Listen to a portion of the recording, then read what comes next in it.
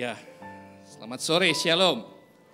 Ya, saya mengucap syukur kita memulai ibadah pertama sore hari ini. Ya, saya tidak menyangka, ya, Bapak Ibu Saudara datang sebanyak ini. Tetapi saya percaya kehausan akan Tuhan mendorong kita untuk datang pada Tuhan. Amin. Beri kemuliaan bagi nama Tuhan. Haleluya, haleluya. Ya, puji Tuhan. Sore ini saya mau berbagi dengan Bapak Ibu Saudara sebuah firman Tuhan yang bertema mengatasi kepahitan hati. Mengatasi kepahitan hati, ya. Tema umum bulan ini adalah membuang kebiasaan buruk. Tiap orang mungkin punya kebiasaan buruk di dalam kehidupannya. Entah dia malas, entah dia pemarah atau perbuatan dosa yang lain. Nah, kalau orang itu sadar bahwa ia memiliki kebiasaan buruk, maka ia akan bertobat, cari solusi, ya, datang kepada Tuhan untuk berubah. Nah, masalahnya ada orang-orang yang mungkin tidak sadar bahwa dia punya kebiasaan buruk. Karena apa? Mungkin lingkungannya yang mempengaruhi dia. Ya, memang lingkungannya seperti itu. Seorang yang malas, ya, jadi kumpulnya dengan orang-orang malas. Jadi dia tidak merasa apa yang dilakukannya itu adalah satu hal yang buruk. Atau yang lain mungkin ada kebiasaan-kebiasaan yang memang sudah biasa dilakukan sehingga dia tidak sadar bahwa kelakuan buruknya itu harus diubahkan. Atau yang lain juga berpikir bahwa ya memang ini keadaan saya, ini saya. Kalau mau terima saya ya seperti ini, kalau enggak ya udah jangan bergaul dengan saya. Ya, ada orang-orang seperti itu. Jadi mereka tidak mengerti atau memang mempertahankan kebiasaan buruknya. Nah, mengapa kita Bapak Ibu Saudara datang ke dokter?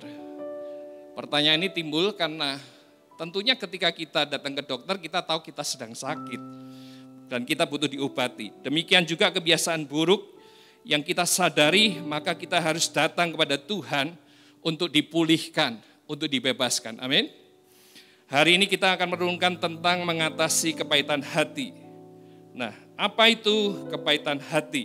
Ya, artinya perasaan tidak menyenangkan, menyusahkan, getir. Ya, seseorang yang pahit hati biasanya akan marah, tidak bahagia karena tidak bisa melupakan sesuatu yang buruk di masa lalu. Ya, saya merenungkan bahwa pahit hati ini tidak harus selalu orang berkata kasar atau bertindak kasar terhadap diri kita atau hidup kita. Tapi kadang-kadang melihat sesuatu yang tidak adil misalnya. Kadang-kadang kita merasa pahit, ya. Loh, kenapa aku diperlakukan berbeda? Dia datang disambut, sedangkan saya tidak disambut. Dia berulang tahun dikasih roti, saya enggak dikasih roti. Sebagian orang itu bisa menjadi pahit hatinya. Ya, merasa tidak mendapatkan apa yang perlakuan yang sama. Atau mungkin mengalami sesuatu yang terjadi tidak seperti apa yang dipercayai. Harusnya saya diberkati Tuhan dong. Saya sudah kasih perpuluhan, saya sudah datang sama Tuhan, saya sudah beribadah, tapi kenyataannya tidak seperti itu. Dan mulailah timbul pahit hati. Nah, masalahnya pahit hati ini seringkali tidak kelihatan, ya, di mata kita atau mata orang lain secara langsung, tetapi buahnya itu kelihatan bagi orang yang dekat dengan kita, ya, orang-orang sekitar kita. Nah, meskipun kita pernah bertobat, meskipun kita sudah terima Tuhan Yesus, kadang-kadang masalah sakit atau pahit hati ini timbul di dalam kehidupan kita. Ya, pahit hatinya bukan hanya kepada sesama, bahkan kepada Tuhan. Nah, mari malam ini kita bisa melihat beberapa contoh yang menolong kita untuk bisa memahami akan firman Tuhan dan mengatasi kepahitan hati yang mungkin secara tidak sadar timbul di dalam kehidupan kita. Ada sebuah contoh pahit hati karena apa yang dialami hidupnya, seorang yang bernama Yeremia. Dia berkata demikian, engkau memang benar, ya, bicara kepada Tuhan, ya Tuhan, bila mana aku berbantah dengan Engkau. Yeremia sadar bahwa Tuhan itu benar, tapi kata-kata selanjutnya, tetapi aku mau berbicara dengan Engkau tentang keadilan. Nah, siapa sih Yeremia ini? Bukankah dia manusia biasa? Mengapa dia berkata pada Tuhan, aku mau berbicara dengan Engkau tentang keadilan. Dia merasa Tuhan melakukan sesuatu yang berbeda dengan pemikiran dia. Mengapakah mujur hidup orang-orang fasik, sentosa semua orang yang berlaku tidak setia. Ya, dia melihat apa yang terjadi dalam kehidupan dia ini rasanya tidak pantas terjadi. Ada contoh yang lain juga. Seorang yang bernama Naomi. Ya. Naomi berkata kepada orang-orang yang menyambut dia. Naomi punya suami Elimelech.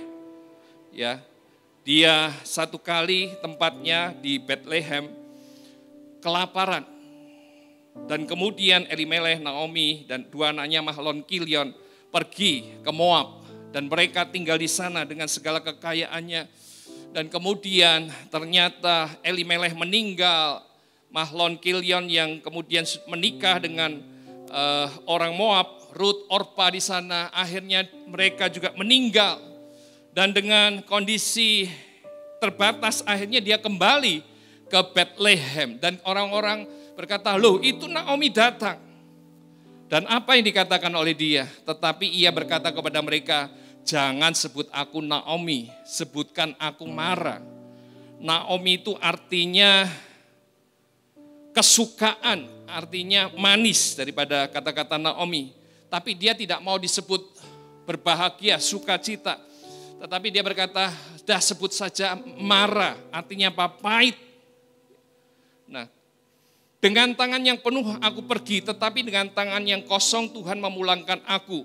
Mengapakah kamu menyebut aku Naomi? Karena Tuhan telah naik saksi menentang aku, dan yang Maha Kuasa telah mendatangkan malapetaka kepadaku. Naomi yang dulunya kaya, kemudian dia pulang dengan keadaan miskin. Dan ketika dia disambut oleh orang-orang yang ada di dekat dia berkata, jangan panggil aku kesukaan, panggil aku pahit. Nah, hari ini marilah kita belajar bagaimana kita mengatasi kepahitan hati. Karena kepahitan hati yang terus-menerus itu akan menjadi kebiasaan buruk dalam kehidupan kita yang membawa kerusakan kepada hidup kita. Ada yang berkata demikian, ya, hati yang pahit itu merusak diri sendiri. Ya. Hati yang pahit merusak, roh kita dirusakkan dan kemudian kita ketika kita menghadap Tuhan, seringkali kita mencurigai Tuhan. Kita merasa Tuhan tidak adil, kita mempertanyakan Tuhan, tidak percaya sama janji-janjinya Tuhan karena pahit hati kita. Jiwa kita juga rusak karena apa? Mungkin kita mencurigai setiap orang yang datang sama kita, meskipun dia melakukan sesuatu yang baik, tetapi kita curiga dengan apa yang dilakukannya. Mungkin stres, marah, melihat kesuksesan orang lain. Karena hati pahit. Hati yang pahit juga merusak tubuh. Kita tahu ada yang sakit karena pahit hati, ya emahnya sakit, ya ada sakit yang lain, lambung, ya pusing, darah tinggi dan macam-macam. Itu hal-hal yang terjadi karena pahit hati. Kalau kita merenungkan berapa ayat yang tadi saya sudah sampaikan, khususnya kita akan bicara tentang apa yang terjadi dalam kehidupan Yeremia. Apa penyebab pahit hati? Ya. Yang pertama adalah menganggap Tuhan tidak adil dalam kehidupan ini. Ya, Yeremia, engkau memang benar ya Tuhan. Bila mana engkau berbantah dengan engkau, tetapi aku mau bicara dengan engkau tentang keadilan. Adakah di dalam kehidupan kita merasa kehidupan kita ini tidak adil? Ya.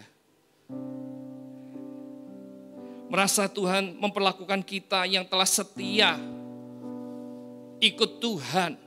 Ya, Yeremia setia berbicara, bernubuat demi nama Tuhan. Tapi di ayat sebelumnya ternyata ada orang-orang yang sepakat akan membunuh Yeremia. Orang-orang di Anatot dikatakan meminta Yeremia tidak menyampaikan nubuatan atas nama Tuhan. Mereka berkata, udah tidak usah nubuat lagi. Dan dia berkata, Tuhan, aku sudah melakukan semuanya dengan baik. Tapi lihatlah Tuhan, aku mau bicara dengan Engkau tentang keadilan. Apa adil Tuhan? Yeremia sedang membandingkan penderitaannya dengan kemujuran orang fasik. Ya, kalau nanti Bapak Saudara sempat membaca di dalam Mazmur 73, di sana ada seorang yang bernama Asaf, seorang pemuji di zaman Raja Daud. Dia berkata kepada Tuhan, dia melihat orang-orang yang ada di sekitar dia, kok kelihatannya lebih makmur, lebih sukses, lebih bahagia. Sudah tidak percaya Tuhan, tapi kelihatannya kondisinya lebih baik daripada kehidupannya. Dan akhirnya dia berkata, sia-sia sama sekali. Aku mempertahankan hati yang bersih di hadapan Tuhan. Adakah itu yang terjadi juga dalam kehidupan kita? Tidak kuat atau tidak nyaman dengan melihat orang-orang yang ada di sekitar kita yang melakukan dosa, kehidupannya tidak sesuai dengan firman Tuhan, tapi kelihatannya dia lebih berhasil dalam kehidupan kita. Atau mungkin yang kedua, kita bisa lihat, Yeremia meneruskan, dia berkata, mengapa mujur hidup orang-orang fasik, sentosa semua orang yang berlaku tidak setia. Engkau membuat mereka tumbuh dan mereka pun juga berakar. Mereka tumbuh subur dan menghasilkan buah juga. Memang selalu engkau di mulut mereka, tetapi jauh dari hati mereka. Cemburu kepada orang-orang fasik. Cemburu kepada orang-orang yang ngerti firman Tuhan, tapi tidak melakukan firman Tuhan. Ngerti firman Tuhan, tapi jauh dari melakukan firman Tuhan. Ya. Yeremia mengalami sesuatu yang tidak seperti yang dia percayai. Mungkin dia berpikir, harusnya ya Tuhan, aku kan hidupnya harusnya lebih mujur loh Tuhan. Harusnya lebih berhasil daripada orang-orang ini. Ya, harusnya berkat itu turun kepada orang-orang yang benar Tuhan, melimpah kepada orang-orang benar. Dan dia bertanya sama Tuhan, dia cemburu kepada orang-orang fasik yang ada. Yeremia ingin mengetahui, ini mengganjal hatinya pahit. Dia mempertanyakan hal ini. Nah, seringkali kita jatuh di dalam permainan perbandingan sehingga kita kecewa, merasa Tuhan tidak adil. Itu temanku, ya kelihatannya biasa-biasa aja, aku lebih suci, mungkin ya aku bayar perpuluhan, aku ikut Tuhan, dan kok kelihatannya dia ya lebih sukses daripada aku. Ya, apa yang dilakukannya kan itu enggak sesuai dengan firman Tuhan, tapi kenapa dia lebih sejahtera? Ada seorang jemaat yang profesinya satu waktu dia sebagai kondektur bis gitu ya. Dia datang kepada saya dan minta didoakan supaya apa yang dilakukannya berhasil. Tapi ketika berbincang-bincang, dia mengaku bahwa dia menggunakan upaya-upaya supaya sukses apa yang dilakukan dengan cara minta kedukun begitu ya, kedukun gitu. Dan saya berkata, loh kamu kan tahu kebenaran firman Tuhan. Ya. Dan dia berkata, iya aku tahu. Tapi aku cemburu, aku kasih perpuluhan, aku beribadah, aku datang sama Tuhan. Tapi kok itu loh orang yang tidak kenal Tuhan kok kelihatannya lebih sukses daripada aku. Makanya ketika dia datang ke dukun, aku juga ingin ikut dan aku melakukan hal yang sama. Bukankah aku juga pengen kaya? Dia ngomong begitu. Bukankah hal-hal seperti ini mungkin bisa terjadi dalam kehidupan kita? Tapi malam ini kita ditegur supaya kita bisa kembali memiliki hati yang murni di hadapan Tuhan. Hati yang berkenan di hati Tuhan. Hati yang disukai oleh Tuhan. Nah, bagaimana kita bisa mengatasi kepahitan hati? Dari kisah yang ada, kita bisa mendapatkan beberapa hal. Mari kita mendekat. kepada kasih karunia Allah. Ibrani 12 ayat 15 berkata, jagalah supaya jangan ada seorang pun menjauhkan diri dari kasih karunia Allah, agar jangan tumbuh akar yang pahit yang menimbulkan kerusuhan dan yang mencemarkan banyak orang. Jagalah, jangan seorang pun menjauhkan diri dari kasih karunia Tuhan. Kasih karunia itu kan bicara tentang sesuatu hal yang kita terima, seharusnya kita tidak layak, tapi kita menerimanya daripada Allah Bapa.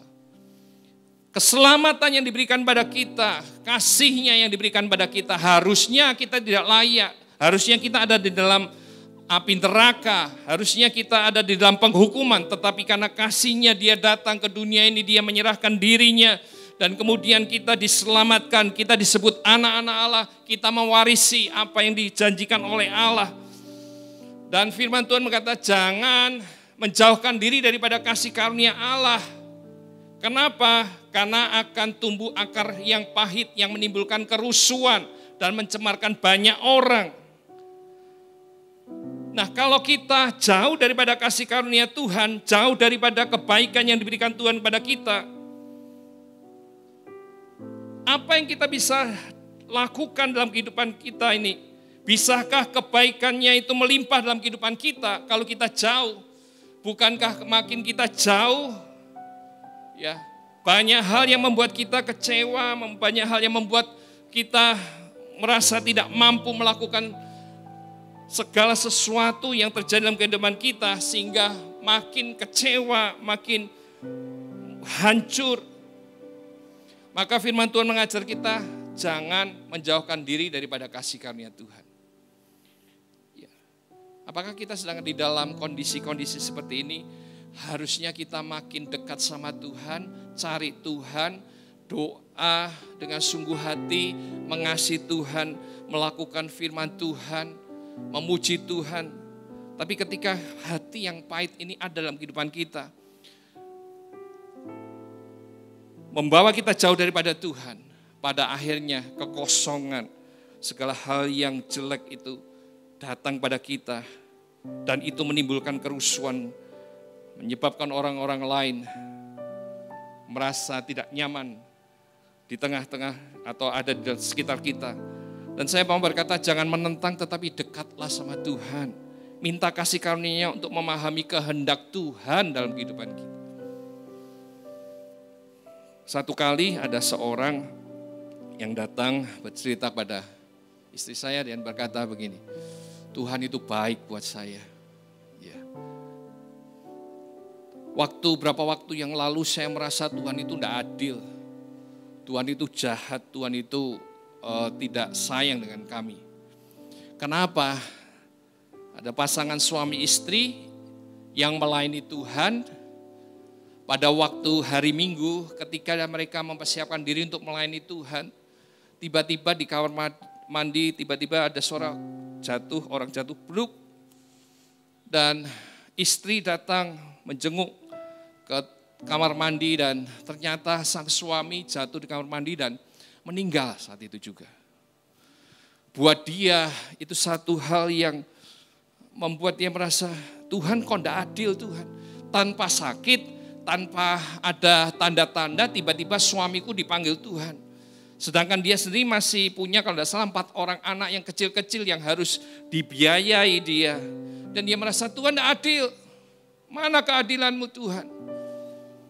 Satu hal yang memang saya pikir baik juga yang tetap dilakukan. Meskipun dia merasa tidak adil, dia merasa Tuhan itu jahat. Tapi tetap dia tetap datang beribadah. Meskipun kalau firman Tuhan disampaikan, dia tolak, enggak seperti itu. Aku ngalami tidak seperti itu. Katanya Tuhan baik, mana buktinya Tuhan baik? Suamiku dipanggil Tuhan tanpa ada sakit. Aku sekarang kerepotan dengan anak-anakku. Setiap kali firman Tuhan disampaikan, dia tolak. Karena apa? Hatinya pahit sama Tuhan. Hatinya luka. Dia kecewa sama Tuhan. Tapi dia tetap datang sama Tuhan. Tidak menjauh. Sampai satu waktu dia duduk di tempat ibadah, di depannya ada seorang yang kepalanya gundul, dijahit, bekas dijahit. Dan dia tahu bahwa orang yang di depannya ini kecelakaan hebat, mengalami geger otak. Dan kemudian dia harus dioperasi kepalanya. Hari itu dia melihat di belakang, dari belakang dia lihat kepala itu. Dan Tuhan bicara dalam hatinya, lihat orang yang ada di depan kau. Kalau aku tidak mau panggil seseorang, maka dia tidak akan pulang. Dan kemudian kata-kata itu menyentuh hati dia. Dan dia bertobat hari itu. Dia datang sama Tuhan. Tuhan, aku percaya kedaulatan Tuhan itu lebih daripada yang aku bisa pikirkan. Aku tidak mengerti mengapa hal ini terjadi dalam hidupku. Tapi aku bersyukur aku dekat sama Tuhan dan Tuhan menguatkan aku.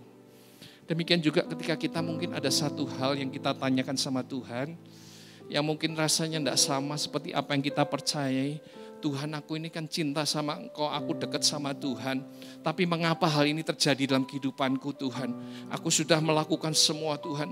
Tapi mengapa usahaku tidak berhasil Tuhan? Aku sudah melakukan semuanya Tuhan. Tapi mengapa Tuhan ada tantangan dalam kehidupanku? Aku sudah melakukannya semua Tuhan. Tapi mengapa Tuhan orang lain itu lebih bahagia daripada kehidupanku? Mari dekatlah sama Tuhan, tanya Tuhan, mengapa ini terjadi? Dan biarlah Tuhan menguatkan hati kita. Jangan biarkan ada akar pahit yang timbul dalam kehidupan kita. Ketika akar pahit itu timbul dalam kehidupan kita, orang-orang akan lihat ya, bagaimana kehidupan yang muram, kata-kata yang sinis keluar.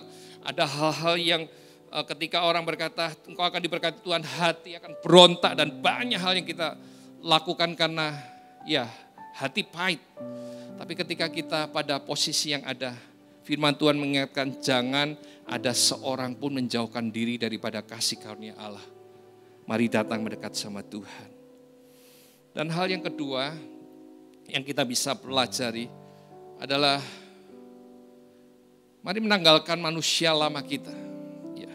Firman Tuhan berkata, karena kamu telah mendengar tentang Dia dan menerima pengajaran di dalam Dia menurut kebenaran yang nyata dalam Yesus, yaitu bahwa kamu berhubungan dengan kehidupan kamu yang dahulu harus menanggalkan manusia lama yang menemui kebinasaannya oleh nafsunya yang menyesatkan, supaya dibaharui di dalam roh dan pikiran kamu, dan mengenakan manusia baru yang telah diciptakan menurut kehendak Allah di dalam kebenaran dan kekudusan yang sesungguhnya. Ya. Firman Tuhan ini menolong kita untuk memahami, mari kita menanggalkan manusia lama. Manusia lama punya pikiran dengan cara yang lama, punya kehendak, punya perasaan. Bukankah kita ini sudah ditebus oleh darah Kristus?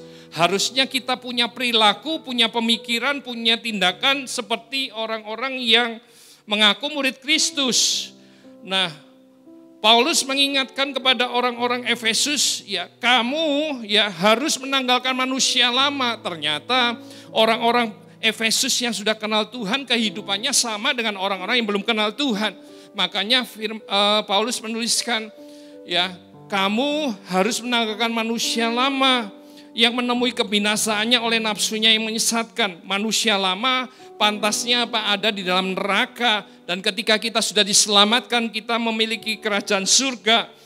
Dan ketika kita menanggalkan manusia lama, maka kita bisa diperbarui di dalam roh dan pikiran kita mengenakan manusia baru. Ya, bisa saja pahit hati dalam kehidupan ini karena ketidakmampuan atau ketidakmauan kita manusia untuk menerima, memahami rencana kehendak Allah dalam diri kita. Sehingga kita menjadi kecewa dan terus-menerus menentang kehendak Tuhan yang sempurna. Oleh karena itu kita perlu mengenal hati Bapa. Pakai manusia yang baru, yang diperbarui roh dan pikiran kita. Nah, karena ketika kita memakai dengan konsep yang lama, maka kita tidak mungkin bisa memahami pikiran, perasaan Tuhan. Mari kita tanggalkan manusia lama dan kemudian kita bisa diperbarui dalam roh dan pikiran kita. Di dalam kehidupan kita sehari-hari dengan sesama kita manusia, ya, bisa saja timbul kepahitan hati. Semua tindakan yang kita lakukan itu kita bisa pahami. Ketika kita melihat ada seseorang yang melakukan sesuatu buat kita bisa lihat dari dua sisi. Yang satu bisa berpikir, oh orang ini baik buat saya, dia mau berbaik hati dengan saya, mau berbagi. Ya, ada orang kasih roti, yang satu berkata, oh iya orang ini baik banget ya. Ya, dia syukur memperhatikan saya. Tapi satu pihak, ketika orang itu dapat roti dan kita bisa berpikir juga, ini ada rencana, ada udang di balik batu ini.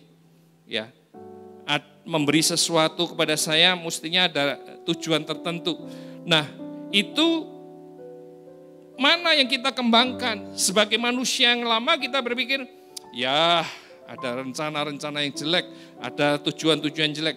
Tetapi dengan pikiran Kristus kita bisa berkata, terima kasih orang ini punya hati yang mengasihi diriku. Mungkin ketika kita ketemu dengan hal-hal yang sepele, orang tidak menyapa kita bisa lihat dari dua sisi. Orang itu membenci aku, itu tidak menyapa aku. Ya, atau berpikir, aku ini salah apa ya, kok tidak nyapa aku ya. Tetapi pikiran yang diperbarui, kita bisa berkata, ya mungkin dia tidak kelihatan, tidak lihat sama, tidak memperhatikan sedang ada sesuatu yang dipikirkan dia.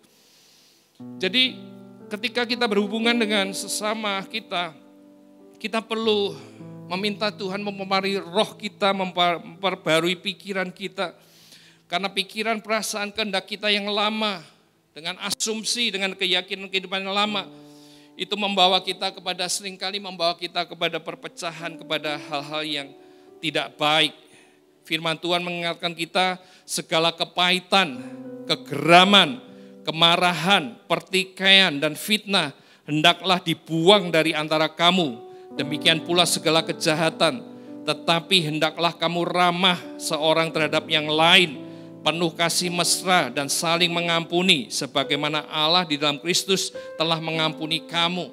Pikiran yang lama, ada kepahitan, ada kegeraman, ada kemarahan, pertikaian, tapi di dalam Kristus kita diperbarui roh dan pikiran kita. Maka di sana ada hal di mana kita bisa ramah, penuh kasih mesra, saling mengampuni, dan hal yang baik di dalam Kristus. Itu harus diperbarui. Kepahitan hati yang timbul dari kehidupan yang lama, ya, mari kita perbarui, datang sama Tuhan. Tuhan, perbarui hidupku, rohku, pikiranku, sehingga aku mengerti rencanamu, sehingga aku bisa berperilaku baik terhadap sesamaku. Ketika kita memiliki pemikiran Kristus, maka ketika ada orang yang menyakiti hati kita, membuat kita kecewa, kita bisa bicara, aku mau mengampuni dia, aku bisa berdamai dengan dia, melupakan kesalahan dia. Hal buruk, sakit hati yang aku miliki, yang ada, aku serahkan pada Tuhan. Karena kita punya pikiran, ya, roh yang diperbarui. Ingat tadi di awal saya berkata bahwa pahit hati itu merusak diri kita. Roh kita dirusak, jiwa kita dirusak, tubuh kita dirusak. Oleh karena itu, mari kita evaluasi hidup kita. Bagaimana pikiran, bagaimana perasaan kita, kehendak kita yang keluar sehari-hari dalam kehidupan kita. Ya, apa yang terjadi dalam kehidupan kita? Kalau kita pahit sama Tuhan, kalau kita kecewa sama Tuhan, coba lihat perilaku kita. Apakah kita ini makin jauh sama Tuhan? Ya, melupakan Tuhan. Pahit hati sama manusia, mungkin kita seringkali punya pikiran, asumsi yang negatif terhadap sesama. Ada kata-kata kasar, ada kata-kata sinis, mudah tersinggung, bersungut-sungut, gampang melihat orang lain, salahnya orang lain, sukar mengampuni. Jangan-jangan itu menunjukkan bahwa kita ini sedang ada kepahitan di dalam hati kita. Malam ini mari kita datang sama Tuhan. Mendekatlah sama Tuhan. tinggalkan perilaku yang lama, datanglah sama Tuhan. Karena saya percaya ketika hati kita ini dimurnikan, ketika kita memiliki hati yang tulus di hadapan Tuhan, di hadapan sesama, maka orang-orang sekitar kita akan diberkati melalui kehidupan kita. Amin. Bukankah itu yang kita cari? Menjadi berkat bagi orang lain, sesama kita. Kita ada diberkati dan memberkati orang lain.